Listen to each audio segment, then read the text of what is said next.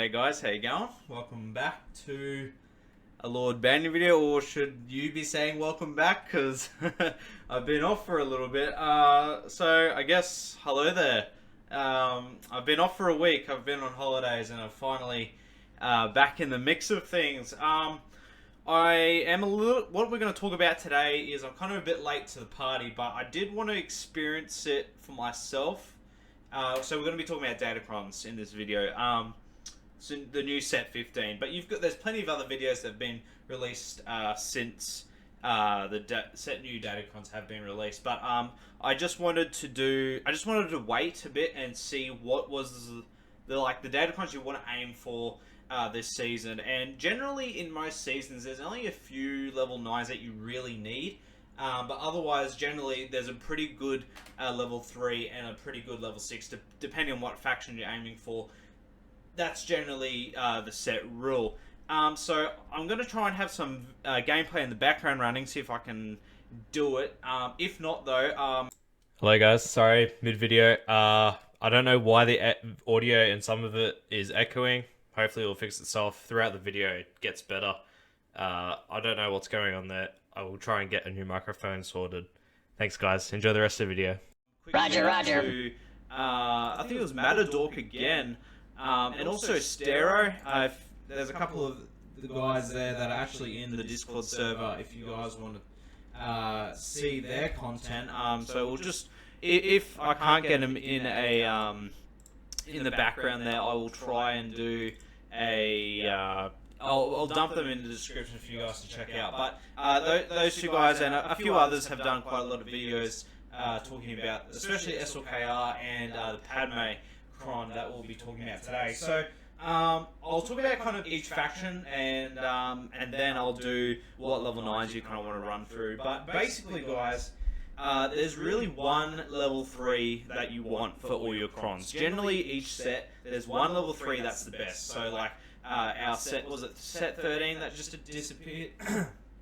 The Datacron was the best level 3 you could get for the dark side, and for the light side, the best one you could get was Protection Up. And now this set here, thankfully it is the same for light and dark side, but it's this 15% max health and protection per other light side ally. So yeah, Bulk is back. So as you guys probably already heard, this is the best level 3 you want to run for dark side and light side. There's no argument there. That's just the way it is. This is the one you want to roll, and just keep re-rolling to get it. This is the best level 3. I'm not going to talk too much about that, but we'll go on to the factions now, and we'll talk about Inquisitors. So there is, once again, only one good level 6. Well, I mean, they're all good because they're adding to the Inquisitor team to make it better. So I guess they're all good in a sense, but the one you want, the best one to make the most out of your Datacron, is definitely this one here. And guys, it took me forever to roll this. Took me forever. I went through like 3 Datacrons trying to get this one. And I just rolled it on my first go on the 4th Datacron I built. So this is the best one you want, where they're gaining these stacking stats.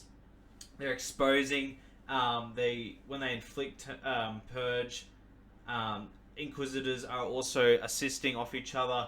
More damage. It's so disgusting. Like, honestly, you don't even need the level 9s for the Inquisitors. I've met a few Kenobis, even with the Padawan Obi-Wan Datacron, and this level 6 melts Jedi Master Kenobis anywhere. So it's gonna be Inquisitors are gonna be up there this season for the next few months.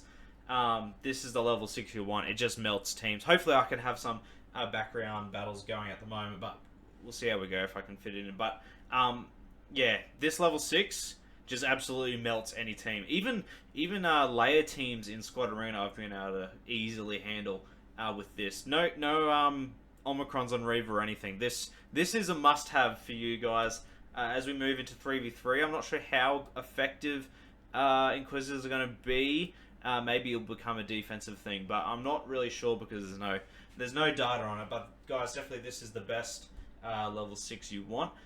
For level 9s, unfortunately I did roll them not the best one really. But I'll talk about that one first. So the first one I rolled, of course, was the Seventh Sister, and again, whatever thing you roll, it's always going to benefit the team. But you really want the best ones out of the cookie jar, really. So this one, at the start of Seventh Sister's turn, dispel all debuffs on themselves.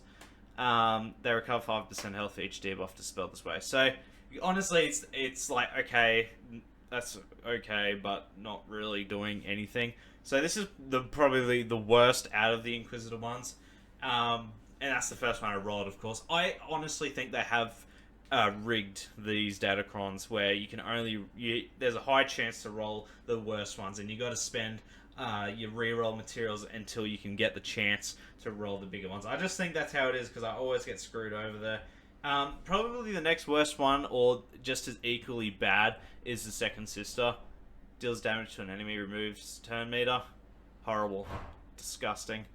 And what else we got here for the... I think we got Third Sister. So Third Sister is probably the second best. This is the one I rolled after rerolling twice. Whenever a character is defeated, Third Sister gains hatred for the rest of the battle. Now, talking about this is... It's nice, but honestly, it doesn't matter because if characters are dying on the enemy team, you're generally winning, and she still has hatred anyway. And if characters are dying on the Inquisitor team, that usually means you're gonna die. So I don't know how well this is going to be really. It's just a nice thing to have. Maybe in 3v3 it'll be a bit better, but it's kind of hard to tell. When she has hatred, she has 100% counter chance and 50% crit damage. Start of the Third Sister's turn, all Inquisitors' allies can, with Taunt, dispel all debuffs on themselves. Recover 20% health and protection, and gain 20 speed. So, not really anything to be fussed about either, to be honest. But the best one you want is... Oh, wrong thing. Get that off. Is Night Sister. And you just gain so much max protection, max health here. It's a no-brainer, really. Even just having the first sentence here is probably better than any of the other ones combined. Mewtwo ability block is huge. And all this other rhubarb about Night Sister isn't necessarily too important. But I guess the real question is who do you replace in the Inquisitor team? And I'm kind of thinking... probably 8th brother.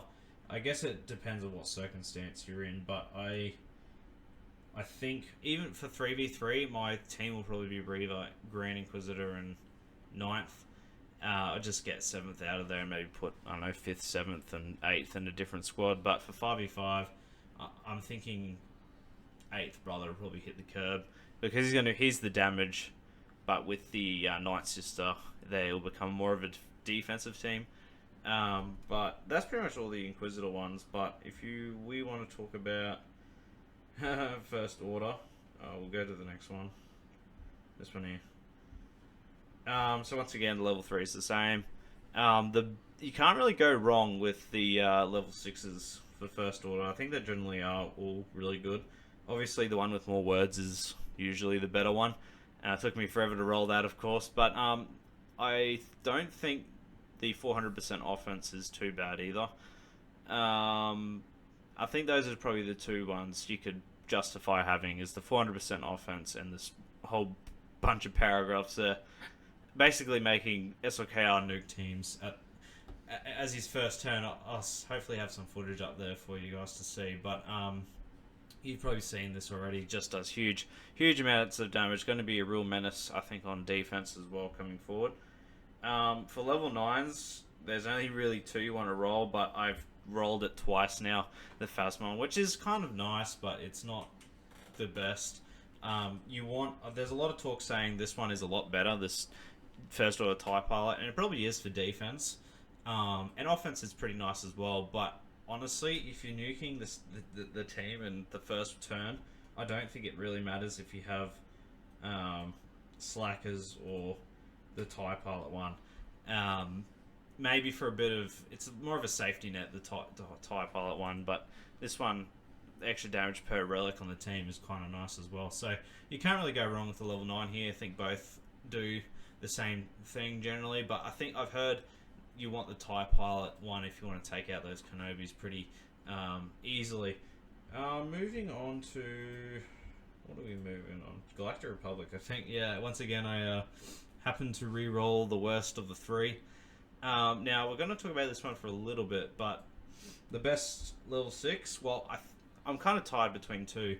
You can either go with the Protection Disruption, which I think is strong, and all the 50% extra stats hit is quite nice as well. Ignoring Taunt is huge as well. We don't want to forget that when they have protection up. So in a Kenobi team, they're pretty much going to be ignoring Taunt straight off the bat, and Cat's insta-kill is going to go wherever, so even if you have a pre-taunt to take that, it's going to be quite messy, especially for teams like if you want to try and use Sith Eternal against JMK, or I think SOKR might be a bit tricky as well if they somehow get around. I don't know if you do Duck a Zombie or something like that, but yeah, that ignoring taunt's going to be pretty huge for Kenobi. Just another one you would like to consider is the... we had this a few times before, but if you have 50% more turn meter, your damage is reduced by 75%. So that's another pretty good one as well. I'm not sure if that's going to outweigh the ignoring taunt and protection, disruption and all that, but it's definitely not a bad one if you roll it. All the other ones are kind of garbage, but definitely this one here is nothing to scoff about. For level 9s though, the best one, and I think it's going to actually cause quite a lot of problems for many, is this Padme one, and I don't think people realize how strong this is actually going to be. There's only really, I think, one sentence I want to talk about in it, and obviously you can use Padme as a lead, but I'm thinking about just in a JMK team. Where is it? Here it is. This second paragraph here. Whenever an enemy targets a non-galactic legend, Galactic Republic ally with protection up, so on JMK team you're going to have protection up for the entire time pretty much, and while attacking out of turn, the damage they received is reduced to 1, and then they are exposed. So this is going to be huge for Kenobi. This is the level 9 you want, and this will basically stop JML from working at all. So if you can imagine, hopefully I can put some footage up for you guys to see it, but basically when JML calls the assist with his gold granted ability, that extra damage that's based off his protection is going to be reduced to 1.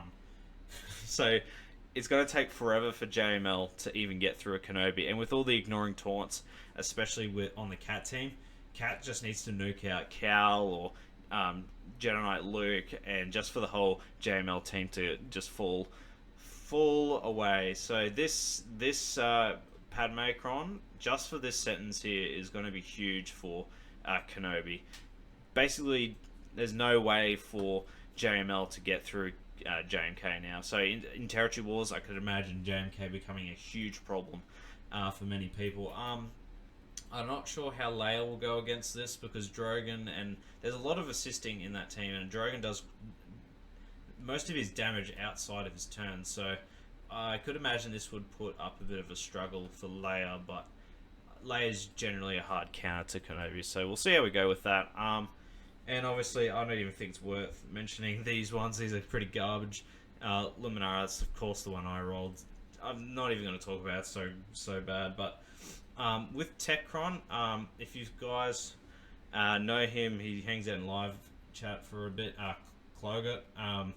Hopefully I can put a video up for you guys about it, but this level 9 basically makes it so much easier to beat a lot of the GLs. So like, I know Clogut has beaten Jabba, and I think there was another big hitting team, but I can't quite remember. But this is actually kind of very good for the Bad Batch as well. And obviously that level 6 for the Bad Batch as well will work just as well. I don't really know if it's worth mentioning the Gungans, maybe just briefly. I haven't really looked at their level 6s, but for level 9s, guys, obviously Jar Jar, and I think even Boss Nass was probably a pretty good one as well. But I don't even think I'm going to bother reading this, because it's just going to make him better, and I'm not really sure what's going to counter him now. I'm still hoping Thrawn maybe will get through it, but there's no no guarantees there, but this, I think Boss Nass is level 9 as well, is going to be pretty good, but I don't know too much about their kits to really give you a fair point on what is better. I might as well mention this. This is actually not too bad for First Order either. This one works just as well, this FOST one, but definitely the Slacker and the Pilot are the better ones. So guys, I'm probably just going to leave it there for Datacrons wise. Maybe I'll quickly go over the stats, but there's nothing really too important. Obviously, there's accuracy there, so it begs the question if Dodge will be returning, but we'll see, I guess. Crit chance is kind of garbage. Crit avoidance is nice if depending on what kind of team you're up against. I get on Ray, that's kind of nice, but Ray's got a good Datacron at the moment, so I'm not too worried about that. Accuracy, we talked about that. Armor pen and offenses and crit damage are all good for the First Order, so that's what it's aiming for. Pretty much any team loves all those kind of stats. Just one more thing. This level 3 that you should be all aiming for, this one here. This is going to do, you should try and get this for every single team that you have. Especially teams like Malgus are going to love this max health. It's just going to make them so more durable and waste more of your opponent's time on the attacking team. But otherwise, guys, those are pretty much my Datacron summary. I know there's quite a bit more content out there about it, but I thought I might as well put my thoughts on it, and hopefully kind of put some videos in the background for you guys to kind of watch, and I'll link all their videos in the description as well. But otherwise, guys, we'll see you all on the next one.